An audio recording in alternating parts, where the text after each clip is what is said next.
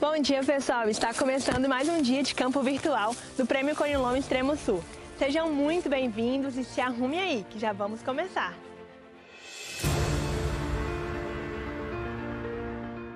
Agro, motor que impulsiona a economia. Não podemos parar. Pensando nisso, lançamos a 4ª edição do Prêmio Conilon Extremo Sul. Um prêmio que visa incentivar a melhoria de qualidade do café produzido na Bahia.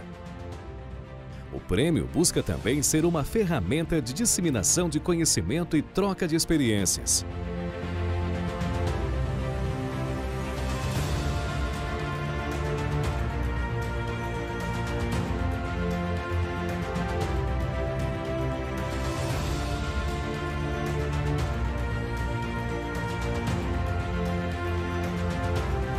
Produtor, você é nosso maior bem. Prêmio Conilon Extremo Sul.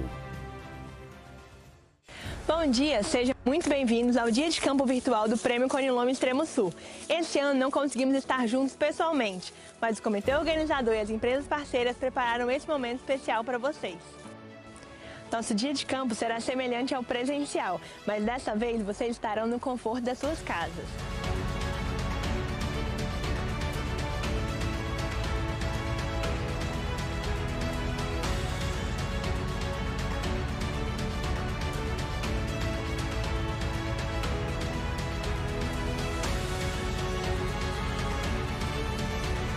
Como nosso evento é virtual, estamos em vários locais ao mesmo tempo. Por isso mesmo, você de casa pode mandar sua pergunta pelo chat, pois nossos especialistas estão online para responder e tirar todas as dúvidas. Ah, mais uma coisa, nossa equipe se preocupou muito com as questões de segurança. Por isso mesmo, todas as normas da OMS foram atendidas.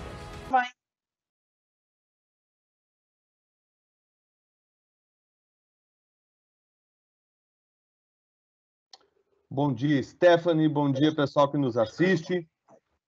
Aqui quem vos fala é Erasmo Fernandes, eu sou engenheiro agrônomo, consultor comercial, consultor técnico comercial da Yara Brasil Fertilizantes, no sul da Bahia e extremo sul da Bahia, com foco principal na cultura do café Conilon. Hoje temos a honra de participar do 4º concurso regional de Conilon de qualidade. Para nós, para a Yara, é muito importante participar de um evento desse, porque a gente preza muito em qualidade. Então, para nós é essencial estar participando de um concurso desse. Nós vamos falar hoje sobre o manejo cultural e nutrição de pós-colheita no café Conilon. Pode passar, por favor?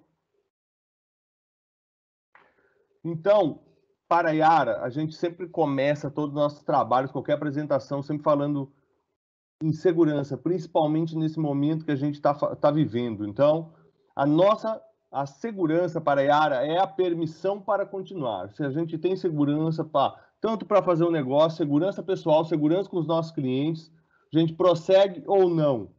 E também a gente tem uma forte regimento num código de conduta que a gente é tolerância zero para qualquer tipo de corrupção.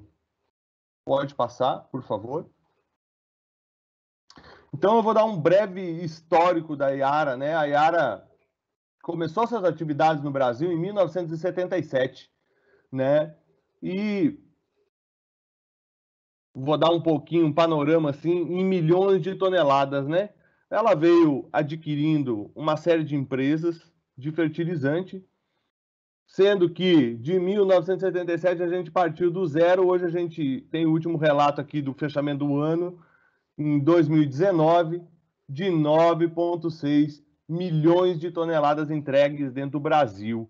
Hoje a gente tem unidades em quase todo o estado do Brasil.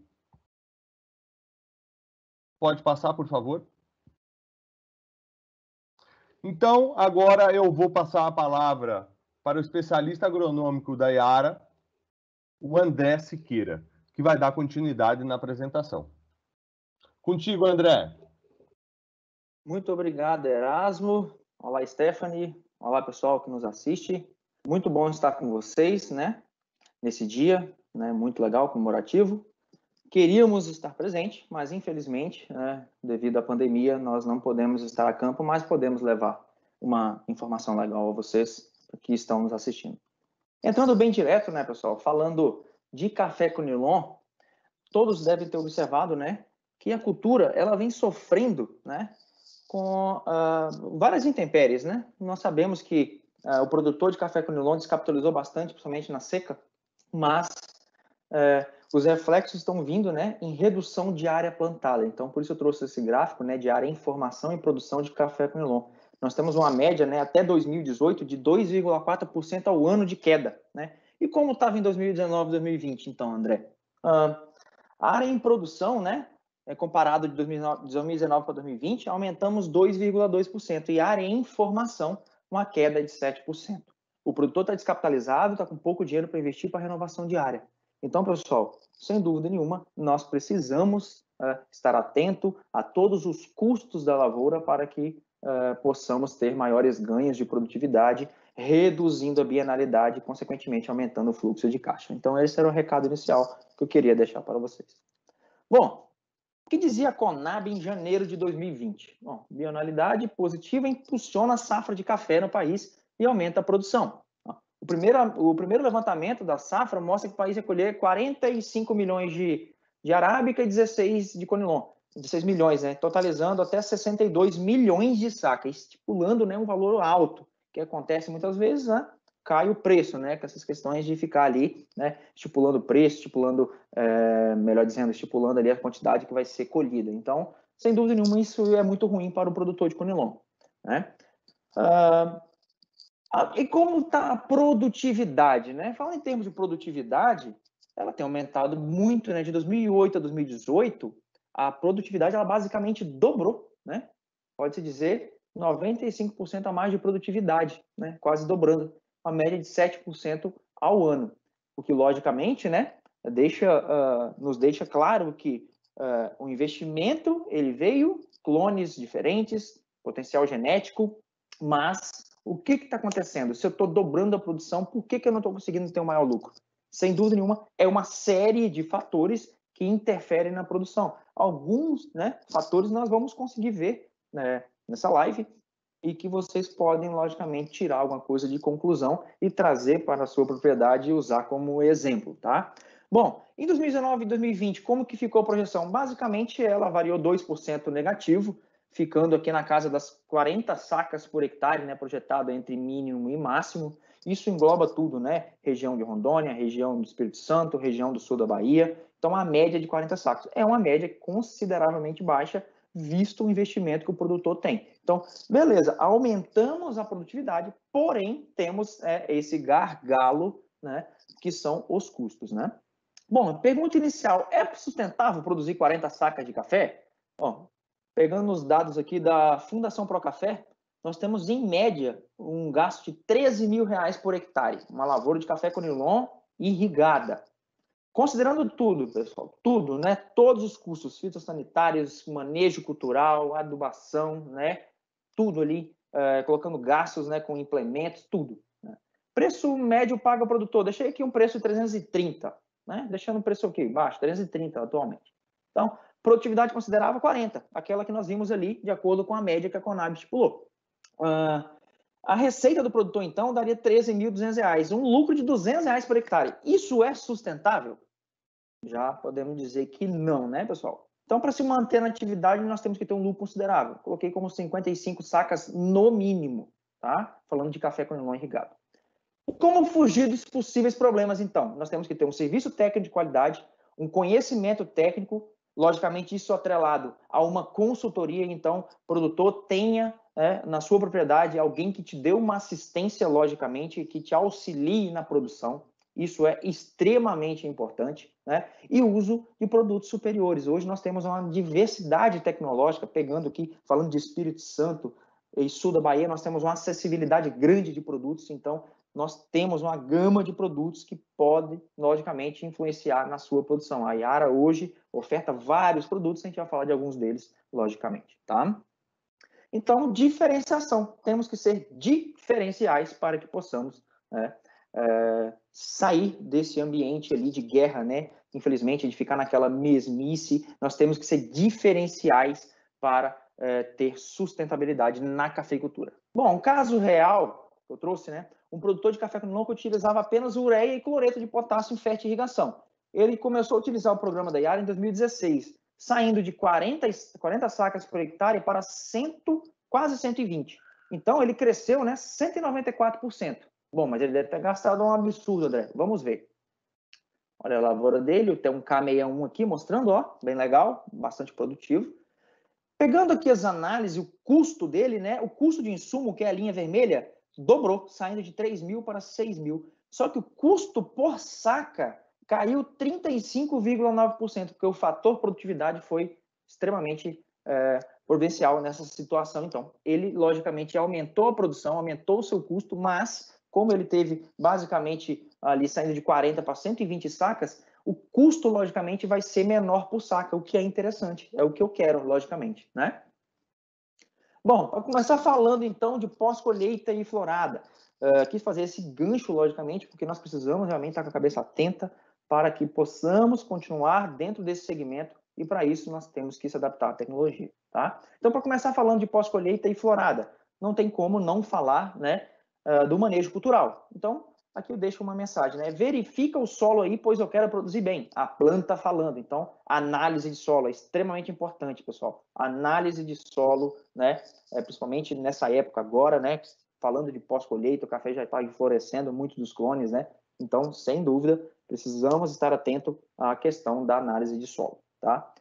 Mais uma mensagem, algo errado não está certo, né? Uma mensagem aqui redundante, mas, logicamente, é que tem muita coisa errada. E o que eu quero chamar a atenção nisso aí é, logicamente, a poda, né? A poda, ela, nessa situação aí, ela foi muito necessária para que eu tenha ganhos de produtividade, né? Falando do clone 12V, que a gente sabe que é o 02, um clone que ainda é muito largamente plantado e que ele tem uma série de problemas, principalmente relacionado ao baixo pegamento ali da roseta, porque ele sofre, né, com alguns fatores, como, por exemplo, ferrugem, que deixa a roseta, o ramo banguelo, consequentemente tem menos vingamento de chumbinho, tá? Então, sem dúvida, olha que legal, uma poda bem feita, uma condução legal para entrar luz na lavoura, né? Simbolizando aqui com o sol. Mais uma foto, lembra daquela foto mostrando ali a carreira? Esse aqui é até um plantio mais antigo, tem fileira dupla, olha como que a luz bate no chão. Então, qual é o problema, então, André, que eu vou ter se eu tiver uma planta com alto sombreamento? Uma alta incidência de ferrugem, uma alta incidência de broca, alta incidência de fungo de roseta, prejudica a assimilação de nutrientes, eu vou ter uma menor polinização porque eu vou ter menos vento circulando na lavoura, menor pegamento de chumbinhas e, consequentemente, menor produção. Então, para começar falando de pós-colheita, sem dúvida, vamos lembrar do manejo cultural, começando com a poda, né? Então, mais uma vez, o sol é primordial para fazer todo o processo metabólico da planta, consequentemente ajudando ali na formação da gema, ajudando na recuperação da planta no pós-colheita, tá? Pragas e doenças do cafeeiro no pós-colheita. É muito comum café deixado no pé, na colheita ali mal realizada, e isso abriga broca, né? A broca, ela vai depositar os seus ovos. Nossa, ela vai ter uma infinidade de novas brocas sendo surgidas. Então, isso sobrevive na lavoura, de um ciclo para o outro, até chegar na fase ali, né, de água no café ali em outubro e novembro, nós temos uma grande população de brocas. Então, a colheita tem que ser bem feita, né? Café no ramo, café no tronco deve ser evitado. Cochonilha, né? Principalmente cochonilha de raiz, né, pessoal? Então, extremamente prejudicial, que pode subir, então vamos ficar atento. E ferrugem, então são o que nós temos que, logicamente, ficar ali atento, tá? Fazer todo o manejo, né, preventivo ali para que não tenhamos esse problema. Bom, perguntas para o produtor de café Conilon. Vamos ver que nós nem falamos de adubação, porque o produtor muitas vezes pensa na adubação, mas todos os fatores anteriores que nós falamos são primordiais. O manejo cultural bem feito, o manejo fitossanitário bem feito e, logicamente, atrelado com a nutrição. São diversos fatores, temos mais de 50 fatores que interferem na produtividade do café. Citamos alguns, né? E a nutrição vai ser mais um. e nós vamos mostrar para vocês como que a nossa tecnologia auxilia na produção do café Conilon. Então, mais algumas perguntas. Conhece as características físicas e químicas do solo? Realiza análise de solo? Fez a colheita na época certa? Lembrando que a gente tem essa diversidade de clones, então tem ali um clone de maturação mais tardio, um clone de maturação média, os dois vão ser colhidos juntos? O certo não seria, prejudica a qualidade do café. A colheita é bem feita ou fica grãos no ramo e no tronco? A quantidade de haste por hectare está dentro do normal? Isso aqui é interessante, pessoal. Hoje nós temos recomendado de 6.000 a 8.500, arrebentando 9.000. Ainda eu acho muita haste por hectare. O que eu tenho recomendado fica entre 6 e 8.500, mesmo sendo bem sincero, quando a gente tem numa área, por exemplo, um LB1, a gente tem um A1, quando nós temos um K61, né? Clones que crescem muito ramo, então clones que podem se entrelaçar dependendo do espaçamento de pé a pé, consequentemente eu posso ter problema de vingamento, circulação ali de pólen na época do florescimento, né? A questão de gerar um microclima para favorecer a ferrugem ser instalada, lembrando que ela tem uma fase ali que ela fica, né, para ser instalada, né, em torno de 15 dias, tendo temperatura ideal, umidade relativa, então nós temos que evitar todo esse problema. Fez a nutrição balanceada antes da colheita? É importante isso. Fez prevenção para ferrugem? Logicamente, são todas perguntas que devem ser feitas. Bom, falando mais especificamente de solo, né, a estimativa de assimilação de nutrientes de acordo com o pH do solo. Olha que legal, dados da Embrapa. Nós temos aqui, eu circulei nitrogênio e cálcio, né? 2 nutrientes essenciais para o pós-colheita. Quando o pH do solo está ácido, em torno de 5 aqui, nós temos apenas 50% do nutriente sendo disponibilizado. Por quê? Logicamente, eu estou com ele, né, sendo prejudicado muitas vezes ali por excesso de hidrogênio, excesso de alumínio no solo, né? O cálcio, por exemplo, ele estando ali praticamente exaurido, com excesso de alumínio. Alumínio é um dos nutrientes mais abundantes na crosta terrestre. Então, pessoal, sem dúvida, vamos usar fontes, né, que não acidificam, que não agridem tanto o solo. E isso está atrelado com a nutrição balanceada, que eu forneço uma nutrição que a planta ali produza e que, logicamente, cresça seus ramos e que no outro ano venha a ter uma ótima produção novamente, tá? Então, como eu disse, o sistema solo-planta envolve mais de 50 fatores. Eu coloquei alguns aqui, né? Alguns a gente consegue controlar, outros não, como, por exemplo, radiação solar, não tem como controlar. Transpiração, fotossíntese, difícil, né? Porque ele está envolvido com o clima, né? Fotossíntese até em partes, disponibilidade de água que a gente consegue colocar via irrigação, via fertirrigação, logicamente, né? Também com adição de nutrientes, fertilizantes. As interações no solo, fixação e adsorção, a absorção de nutrientes, lixiviação, dependendo do tipo de solo e a quantidade aportada de determinado nutriente, né, que pode ser lixiviado em alguns fatores. Então, são vários. Isso aqui a gente colocou alguns para simbolizar, tá? Bom, conhecendo a demanda da planta, falando de café, né, agora, nessa época. Olha que legal.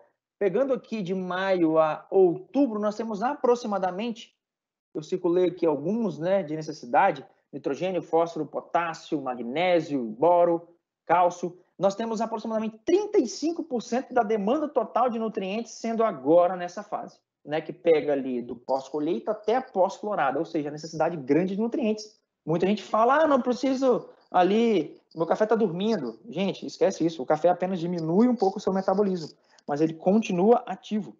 A planta continua, mesmo de maneira lenta, fazendo seu processo metabólico, e se falta, é pior. Então, temos que ofertar, viu? Beleza. Em cima disso, né, logicamente, nós temos a lei do mínimo e a lei dos acréscimos decrescente. Então, eu tenho que verificar meu solo para saber o que está sendo limitante e que naquela época eu, logicamente, corrija, tá?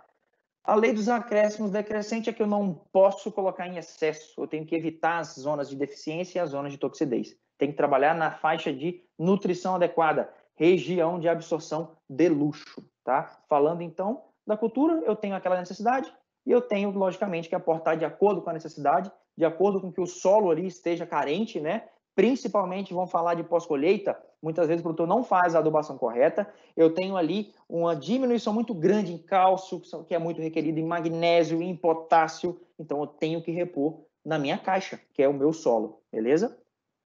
Como estão as lavouras de Conilon atualmente? Fotos que eu tirei dia, por exemplo, essa foto é dia 7/7, a foto dos robustas amazônicos. Olha que legal, já estava florescendo, clone de maturação mais precoce, né? Olha que interessante, muito bonito o florescimento, né? Plantas bem vigorosas, plantas de ramos grandes. E aqui a foto mais recente, de dia 26/7, tirei lá em Jaguaré. Clones P2A1 em verdinho, também ali florescendo, né? Olha que legal aqui, eu tenho aqui a foto do P2 florescendo, do A1 já até com chumbinho, do verdinho ainda com muita flor para abrir, então aquela primeira floradinha, né?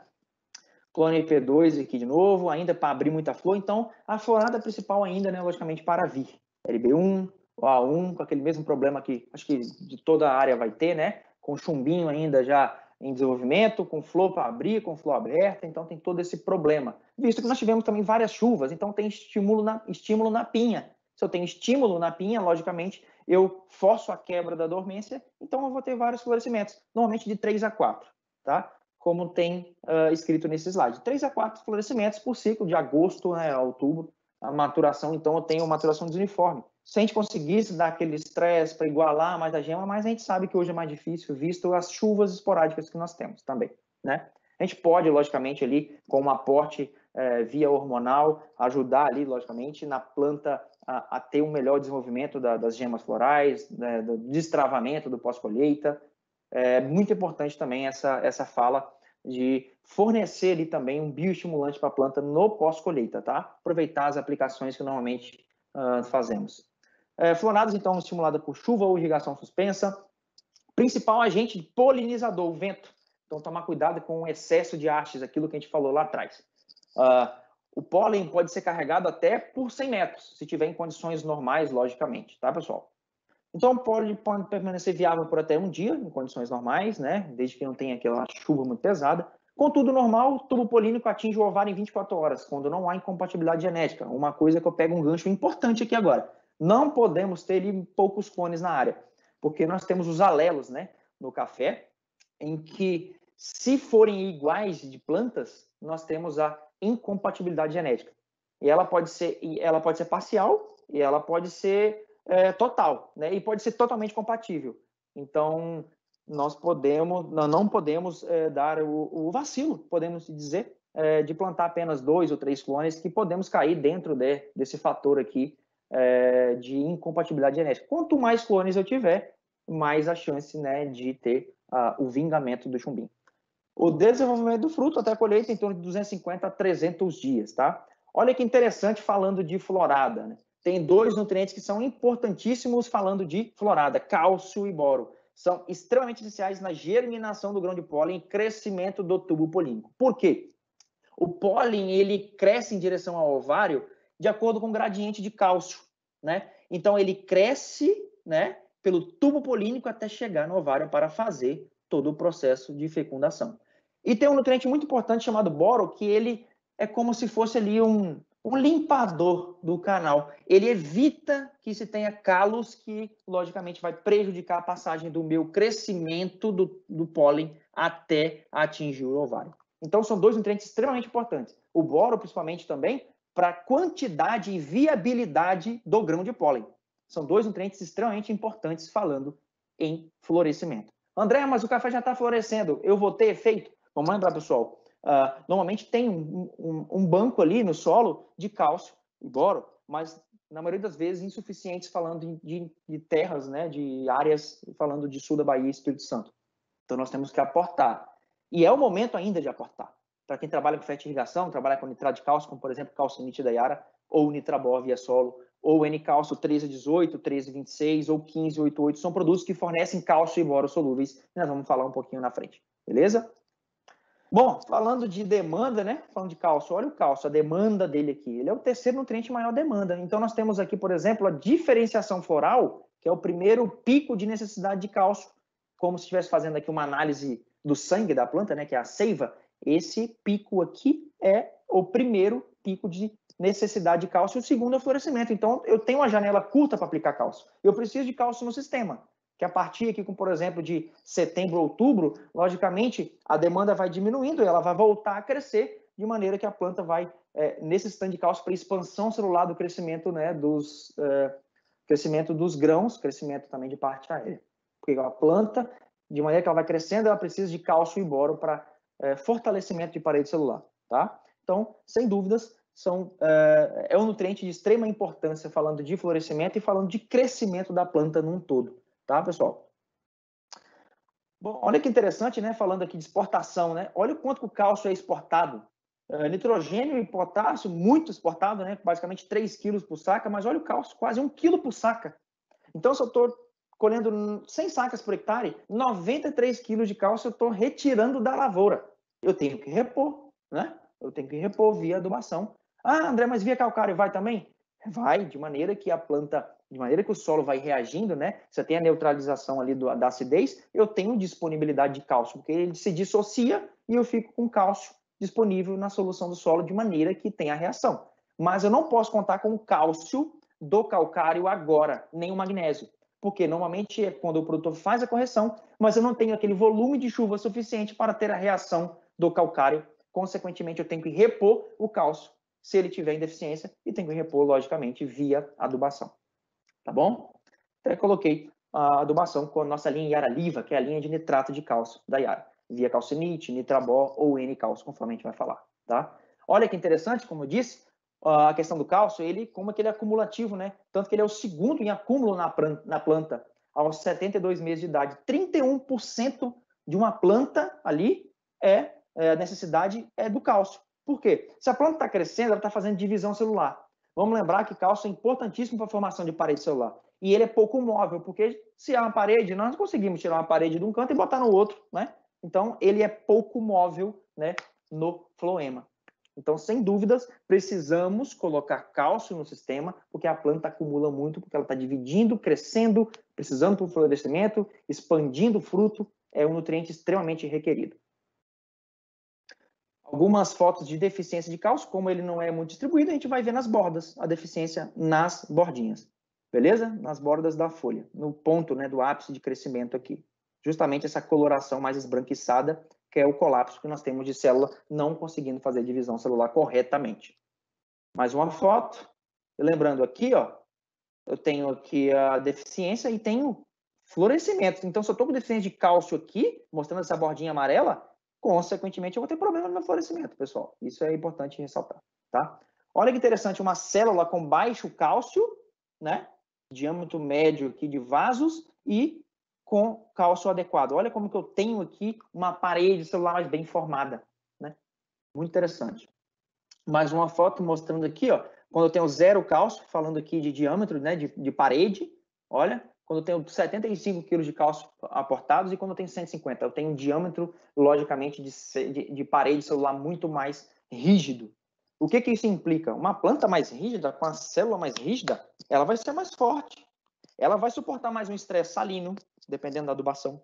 Ela vai suportar mais um estresse de frio, um estresse de calor, vai perder menos água para o sistema. Uma planta mais resistente. Uma planta com baixo cálcio é uma planta mais susceptível a um ataque de ferrugem. O equilíbrio num todo, podemos se dizer, mas um nutriente-chave, falando de parede celular, é o cálcio. E o boro, que ajuda na cimentação celular. Então, sem dúvidas, precisamos nos atentar ao aporte de cálcio. Então, precisamos, né, de cálcio solúvel. Falando nesse momento, então, nós temos aqui o nitrato de cálcio sendo totalmente solúvel, solubilizei na água, coloquei na raiz, logicamente, ali na boca da planta, a planta vai conseguir absorver com tudo normal, beleza? Olha que interessante o carbonato de cálcio, né? Nosso calcário, podemos dizer, o calcário no geral, ele tem baixa solubilidade em água, então nós temos que dar preferência a fontes solúveis, beleza? Mostrando aqui paredes celulares rígidas com aporte de cálcio. Então, cálcio é o tijolo e o boro é o cimento, que vai ajudar a dar liga, da resistência à parede. Tranquilo? Bom, quando a gente fala de adubações à base de cálcio, a Yara, logicamente, ela vai aportar junto o nitrogênio. E qual é a vantagem de se aportar um nitrogênio na forma nítrica, André? Falando dessa época agora. Isso nós vamos ver. O que é normal, muitas vezes, o produtor quer fazer? Quer fazer uma ureia, quer fazer um sulfato de amônio, que é beleza, são fontes maravilhosas de nitrogênio, ok. Mas só tem nitrogênio. No caso do sulfato de amônio, tem enxofre, né? Mas nós não podemos ter aqui algum problema. Quando eu aporto no modo de ureia, eu estou dando nitrogênio amídico, que aplicado via solo, ele tem o problema de virar gás, que é o NH3, amônia, né? Quando eu oferto via amônio, que é o sulfato de amônio, já estou dando numa forma que é disponível, a planta consegue absorver, assim como a forma de nitrato, só que aqui eu tenho um problema de acidificação do solo, assim como a transformação do nitrogênio amídico da ureia também libera hidrogênio para a solução, que vai causar acidificação. eu vou ter uma resposta mais rápida na base de nitrogênio nítrico, para a planta absorver de maneira mais fácil. Isso daqui é problema para nós. Nós podemos perder, conforme o slide vai mostrar aqui, num trabalhinho que fizemos com nitrato versus ureia, nós podemos perder até 20% de nitrogênio. Como, por exemplo, aqui, ó, fizemos um trabalhinho com nitrato de cálcio mais boro através do nitrabor e ureia, igualando o ponto de nitrogênio dentro de uma plaquinha com água, né? E isso daqui é como uma ampola. E essa partezinha amarela, ela justamente ela vai manchando, ela é reativa de acordo com o que a amônia ela é volatilizada, então simulando a volatilização. Então, 36 horas após aplicado ali, simulando uma aplicação no solo, 5% tinha perdido. 72 horas depois, 20% do nitrogênio tinha perdido. Olha o problema grande que eu tenho, então, de emissão de gás amônia para o sistema. Eu estou perdendo. Se o produtor vai aplicar ali, por exemplo, 80 quilos de nitrogênio, né? 100 quilos de nitrogênio, perdão, eu estou perdendo 20. Então, eu estou aplicando apenas 80. Eu estou perdendo nitrogênio para o sistema. E isso é caro. Isso é caro e dá no bolso do produtor. Tá? Então, o que é a vantagem de oferecer o nitrogênio nítrico? Além de ele estar dando na forma pronta, eu não vou acidificar também o solo, porque eu não tenho liberação de hidrogênio no sistema. E sim esse OH-, querido produtor, que logicamente eu não tenho o problema de acidificar o solo. Ele não tem função de incrementar em nada no pH. Beleza? É esse o recado com relação a nitrogênio nítrico, que é muito legal deixar isso claro, que nós não vamos acidificar o solo com adubações à base de nitrabor, à base de calcinite, à base do N-cálcio. Tá bom? Olha que interessante, né? Como eu disse, quando a planta vai absorver um nitrogênio na forma de amônio, ela vai liberar um hidrogênio. E isso aqui, ó, simulando uma adubação e aplicando um reator aqui, um reativo, vai mostrar a minha acidez. Olha que interessante a faixa amarela aqui na raiz, inclusive é trigo, mostrando que o pH está 4,5 quando eu faço adubações à base de amônio. Quando eu faço adubações à base de nitrato, que para a planta equilibrar, logicamente, ela tem que jogar para fora uma carga negativa também, porque aqui é negativo do nitrato. Então, ela tem que jogar para fora alguma coisa negativa. Mesma coisa aqui no amônio, tem que jogar para fora alguém de carga positiva, porque ele é positivo, né? Então, olha que interessante, aqui acidificou. E na parte do nitrato, manteve o pH, o que é normal, logicamente, para a maioria da absorção dos outros nutrientes. Então, eu vou auxiliar na minha fertilidade, auxiliar de manter o meu solo de maneira mais equilibrada em termos de a planta conseguir absorver todos os nutrientes, tá? Então, não acidificando o solo. O que é ruim, no caso do adubo à base de sulfato de amônio ou ureia, que eu vou liberar esse danadinho, que é o hidrogênio, que vai entrar na solução do solo e vai prejudicar, logicamente, causando a minha acidez. Beleza? Vamos passar aqui mais um slide, que legal aqui, pessoal, com relação ao sinergismo, né, que nós temos com aplicações de nitrato, né, porque nitrato tem carga negativa e ele vai auxiliar na absorção de carga positiva. Vamos pensar como se fosse um ímã, né, nitrato, né, carga negativa, carga positiva, ela vai ajudar estando disponível na solução do solo. Então, logicamente, eu tenho que ter o aporte desses nutrientes de maneira equilibrada, então a planta vai conseguir fazer todo o processo de absorção. E olha que interessante, quando eu tenho aqui adubo à base de amônio, é carga positiva. Vamos lembrar dos principais elementos de carga positiva: cálcio, magnésio, potássio. Então, se eu tenho carga positiva grande aqui através do amônio, vai competir na absorção, né, nos sítios de absorção, com os cátions, que a gente chama, né, que são de carga positiva, que é o magnésio, né, que é o cálcio, que é o potássio. Então, vai me prejudicar ou eu ter uma nutrição ou uma absorção desbalanceada no sistema. Entenderam por que tem esse problema? O nitrogênio nítrico ele vai auxiliar nessa absorção, então ele vai reduzir esse problema. Então, se eu preciso de bastante cálcio agora nessa questão do florescimento, o nitrogênio nítrico, na sua forma, se eu tenho cálcio na solução e tenho nitrogênio nítrico, por atração eles podem se juntar e a planta absorve mais facilmente ali próximo à sua raiz. Beleza? Então, sem dúvida, eu tenho que ter balanço químico no solo. Se eu tenho um excesso de cargas positivas, talvez aqui o potássio fica em escanteio, porque eu vou ter excesso de outras cargas ali, dos nutrientes de forma positiva. Quando eu tenho um balanço legal aqui no solo, sem dúvida nenhuma, balanço de cargas é essencial para a minha absorção ser equilibrada, tá? Então, mostrando alguns resultados aqui, praticamente está finalizando, pessoal, com adubações em que nós fizemos quando tinha necessidade de cálcio, quando tinha necessidade de boro, né, do nitrogênio na forma nítrica mesclando, Aqui, por exemplo, tratamos com Nitrabó nessa planta, lembrando que a gente marca sempre o mesmo clone. Olha o florescimento que a gente teve mais padronizado aqui e o chumbinho agarrado na roseta. E aqui é onde fizemos apenas ureia, então só forneceu nitrogênio. Aqui eu tenho um chumbinho aqui meio pretinho, tem um chumbinho que não grudou, né, que não ficou, logicamente, vingado, tem um flor para abrir ainda. Aqui nós pegamos 7,3% a mais de chumbinho, essa lavoura em Jaguaré. Olha que interessante aqui também, ó, falando do mesmo clone também. Olha que interessante essa florada uniforme que eu tive, comparado, né, com um lado também que foi feito somente ureia, e eu tenho aqui ainda flor para abrir. Essa lideira a gente fez em João Neiva, aqui no Espírito Santo, pegando 4% a mais de chumbinho. No geral, a gente tem aqui algumas lavouras que a gente fez contando chumbinho, sempre comparado nitrato de cálcio mais boro versus ureia somente no pós-colheita, tá? Para auxiliar no crescimento e florescimento. Nós temos uma média de 5% a mais de pegamento de chumbinho. E olha que interessante. Ah, André, você contou o chumbinho, mas contou o final, a roseta, o ramo? Contamos. O ramo foi marcado, né? Lado esquerdo e lado direito da planta, tratamento Iara, lado esquerdo e lado direito da planta, tratamento produtor. Lembrando, aqui foi, nas primeiras adubações, onde que tinha que entrar com cálcio, com nitrogênio, na forma nítrica nós entramos, e depois teve, logicamente, as adubações de carga também, utilizamos 190419, que é o Yaramila Café, aquele NPK no grão todo branquinho, né? E aqui o tratamento produtor, normalmente sempre com a base de nitrogênio na forma de ureia. Olha que interessante, como que faltou café na roseta, né, no ramo, e aqui nós temos um melhor pegamento de flor, vingou e segurou o grão de maneira mais, né, pesada, podemos dizer. Olha como que nós temos mais café aqui comparado com essa área aqui, né? A gente vê que tem um alongamento até maior entre as rosetas e aqui nós vemos as rosetas mais fechadas. Que legal. Nós temos na média, né, de 1 a 2 grãos por roseta a mais com esse tratamento, logicamente nutrindo de acordo com o que a planta precisava. Bom, então o que nós fizemos nessa área, né? Basicamente o começo, né, de tudo foi adubações com nitrato de cálcio. E aí nós utilizamos, por exemplo, o Nitrabó na dosagem de 100 gramas por planta, né? E aí tem 15,5% de nitrogênio, sendo 93% total desse nitrogênio na forma nítrica e um balanço amoniacal, tendo apenas 1% de nitrogênio amoniacal, bem pouquinho, né? E 19% de cálcio solúvel em água, e que é interessante, além de boro também solúvel. E o boro está no grão. Todo o nutrientezinho está no grão aqui. Então, se eu faço uma adubação de 100 gramas, eu estou, logicamente, aportando a mesma quantidade para toda a planta, tá bom? Lembrando, pessoal, o Nitrabó não pode ser usado via fertirrigação. Para isso, nós temos o calcinite, que eu vou falar daqui a pouco, tá?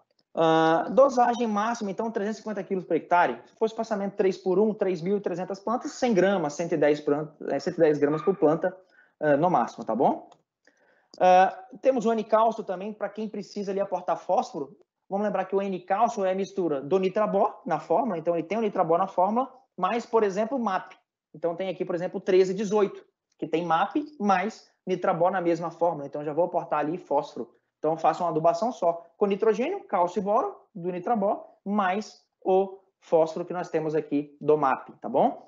Temos também o formulado 1588, por exemplo, que é a mistura do Nitrabó com o triplo 16, então eu tenho um NPK no grão, né? Bem legal, já tem o fósforo, já tem o potássio e uma grande quantidade de cálcio e boro que vem do Nitrabó. Normalmente a gente utiliza de 400 a 450 quilos, tá bom? Vai dar 120, 130 gramas por planta, de acordo com a recomendação. E tem o calcinite para via fertirrigação, utilizando em torno de 400 a 500 quilos por hectare no ciclo e na pré-florada, logicamente a gente pode dividir usando 300, 350 quilos de acordo com a demanda que a análise do solo pedir. O que a gente faz, então, nesse caso, para ter boro? A gente adiciona o Yaravita Bortrac, que é o nosso boro, um boro complexado, com uma boroetalonamina, né, que é uma monoetalonamina, um complexante que ajuda o boro a não ser lixiviado via fertirrigação, o que é interessante.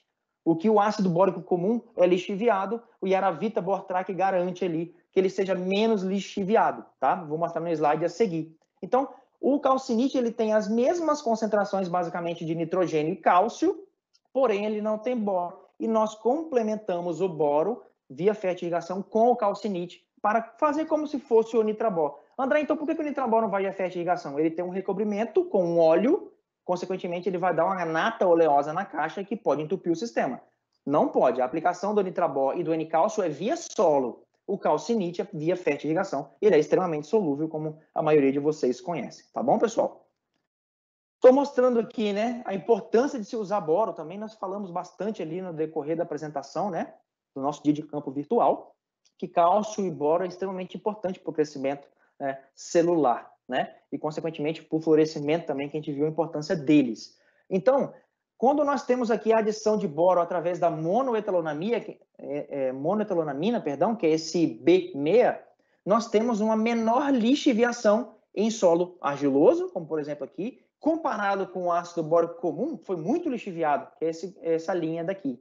Quando é o solo franco argilo-arenoso, vamos supor que é mais nossa realidade, nós temos também muito menos lixiviação. Olha que interessante, bem menos lixiviação. Então, é importante utilizar um boro que seja complexado, que o complexante ele atua como se fosse uma pinça, segurando o boro e mantendo na solução para a planta conseguir absorver. Tá bom, pessoal? Mostrando aqui, né, a deficiência que tem de boro, o perfilhamento, né, a planta deixa de crescer, e isso é muito ruim. Quando eu tenho boro de maneira adequada, a planta vai emitindo seus pares de folha de maneira adequada, tá? Bom, para encerrar, nós temos aqui um programa nutricional que serve como base, logicamente, nada substitui sua análise de solo. Então, fica aqui, né, um programa nutricional para aplicação via solo, tá? Começando com a Nitrabol, tem as pulverizações com a nossa linha Yaravita, nossa linha de micronutrientes, depois entra a nossa linha de NPK no grão Yaramila, né, 19/19. É muito comum de vocês no sul da Bahia terminar com uma adubação que já contém cálcio e boro, que é o nosso N-cálcio 9 da 024, que é muito bom, uma relação boa, né, potássio e nitrogênio, para o fechamento no caso ali, pegando a parte final de enchimento, entrando na maturação, isso é muito legal, tá bom? E aqui também um programa nacional para fertirrigação. Nós fizemos aqui em torno de 100 sacas por hectare, então fica um programa padrão, mas vamos lembrar, nada substitui a nossa análise de solo. E isso aqui é um norte que podemos seguir para fazer as adubações, se o produtor não tiver uma análise, tá bom? Então, pessoal, é isso. No fim das contas, o que é que nós queremos? Sustentabilidade no resultado final. Um investimento baixo gera isso aqui. Eu colho café, mas no outro ano eu não vou ter nada de colheita. E quando tem um investimento preciso, nota-se, investimento preciso não significa investimento alto. Investimento preciso é o que a planta precisa para produzir, e no outro ano, se cair a produção, cai menos e não tem uma bienalidade alta como essa lavoura aqui vai ter. Isso é interessante, essa foto é real, essa foto eu tirei em 2019, apenas assim, um produtor de um lado e outro produtor do outro. Um produtor que fez investimento perfeito aqui, preciso, ele tem, logicamente, uma colheita muito melhor no outro ano também. E aqui, infelizmente, vai ser uma renovação diária, né? Então, queremos sustentabilidade. Queremos produção boa, por exemplo, aqui o clone A1, né? Muito produtivo, em que cresceu muito bem a copa, é característica dele, mas vamos lembrar, o A1 tem uma deficiência muito grande, ele tem uma necessidade muito grande, perdão, pelo menos eu noto, de 2 nutrientes, né? Magnésio, enxofre, ele é muito requerido nesses 2 nutrientes, que eu já vi muita lavoura chegar no pós-colheita com o ramo muito amarelado, vai perder folha, vai prejudicar, logicamente, o pegamento, né, total ali de chumbinhos, porque se eu tenho um pouco ramo na folha, se caiu com o primeiro vento, né, dependendo se a planta está fraca, no geral, mas vamos se atentar à nutrição especial, né, que, pelo que eu vejo de magnésio e enxofre, tem muita necessidade desse clone, tá? Então, queremos produção e queremos crescimento de copa. Mais uma foto mostrando aqui o KM1, por exemplo, muito bom de produção também, né? Essa lavoura deu quase média de 20 litros por planta e também o crescimento de copa. Aqui, exemplo de lavoura demonstrativa que nós fazemos, né? Média aqui de 10 plantas colhidas, incrementamos 10 litros a mais, isso do clone LB1. Aqui, incrementando em maturação, se eu tenho uma maturação mais uniforme, consequentemente eu tive ali uma absorção de nutrientes de maneira mais equilibrada. Para isso, a linha de nitrato, seja nitrato de cálcio ou nitrato de amônio, vai auxiliar nesse balanço químico de absorção. Comparado com a área testemunha aqui, pessoal, incrementamos muito mais em maturação, consequentemente, isso me agrega em produção e qualidade de bebida, quem trabalha com bebida no Café Conilon. Mais alguns resultados, olha que legal, produção a mais, nós tivemos, utilizando, por exemplo, aqui o Yaravita Mancozin, que é um produto fantástico, né, à base de manganês, cobre e zinco, além de todo o programa nutricional via fertirrigação que nós fizemos aqui, contra o básico do produtor ureia, cloreto, sulfato de amônio, sulfato de magnésio, por aí vai. Mais um, olha que legal, melhorando a maturação, então equilibrando ali o florescimento, a planta amadurecendo de maneira mais uniforme e aqui um pouco mais verde. E era isso, pessoal.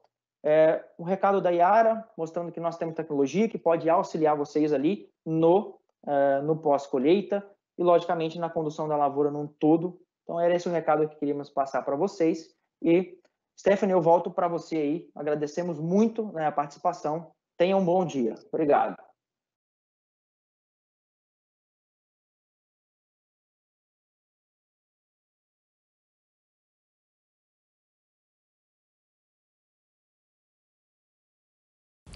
Pessoal, infelizmente, nosso dia de campo está acabando, mas queremos agradecer você, produtor rural, que ficou até aqui com a gente, e também aos nossos parceiros que foram extremamente importantes para a realização desse evento.